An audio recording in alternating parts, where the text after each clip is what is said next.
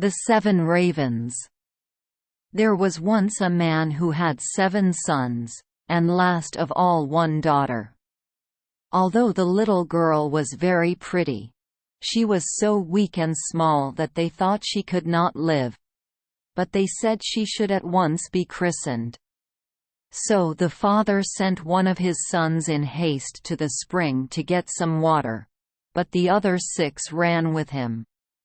Each wanted to be first at drawing the water, and so they were in such a hurry that all let their pitchers fall into the well, and they stood very foolishly looking at one another, and did not know what to do, for none dared go home. In the meantime the father was uneasy, and could not tell what made the young men stay so long. "Surely," said he, "the whole 7 must have forgotten themselves over some game of play." And when he had waited still longer and they yet did not come, he flew into a rage and wished them all turned into ravens. Scarcely had he spoken these words when he heard a croaking over his head, and looked up and saw 7 ravens as black as coal flying round and round. Sorry as he was to see his wish so fulfilled, he did not know how what was done could be undone, and comforted himself as well as he could for the loss of his 7 sons with his dear little daughter, who soon became stronger and every day more beautiful. For a long time she did not know that she had ever had any brothers, for her father and mother took care not to speak of them before her. But one day by chance she heard the people about her speak of them. "Yes," said they, "she is beautiful indeed, but still 'tis a pity that her brothers should have been lost for her sake." Then she was much grieved, and went to her father and mother, and asked if she had any brothers, and what had become of them. So they dared no longer hide the truth from her, but said it was the will of heaven, and that her birth was only the innocent cause of it.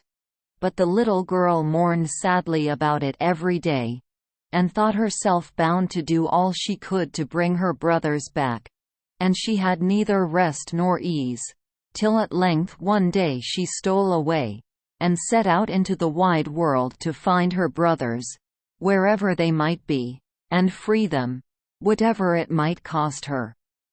She took nothing with her but a little ring which her father and mother had given her, a loaf of bread in case she should be hungry, a little pitcher of water in case she should be thirsty, and a little stool to rest upon when she should be weary.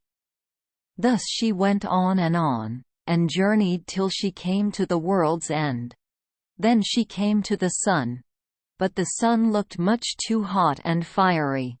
So she ran away quickly to the moon, but the moon was cold and chilly, and said, "I smell flesh and blood this way." So she took herself away in a hurry and came to the stars, and the stars were friendly and kind to her, and each star sat upon his own little stool. But the morning star rose up and gave her a little piece of wood, and said, "If you have not this little piece of wood, you cannot unlock the castle that stands on the glass mountain, and there your brothers live." The little girl took the piece of wood, rolled it up in a little cloth, and went on again until she came to the glass mountain, and found the door shut.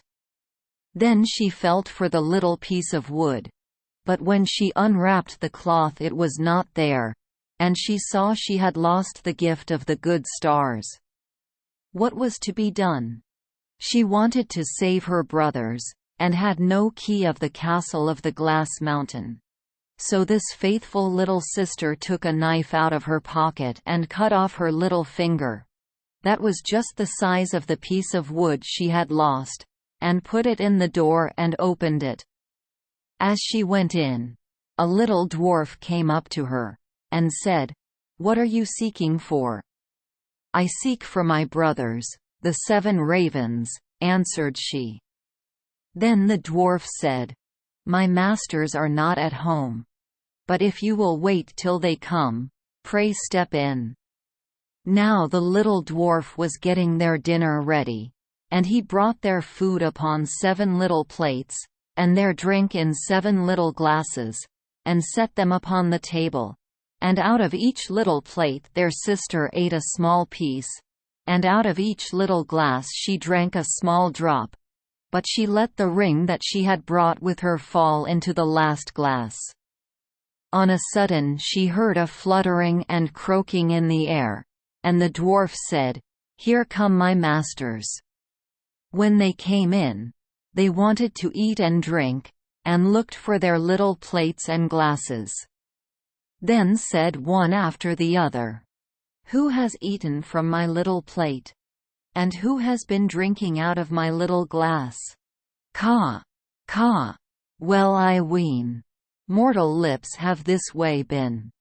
When the 7th came to the bottom of his glass, and found there the ring, he looked at it, and knew that it was his father's and mother's, and said, "Oh, that our little sister would but come! Then we should be free."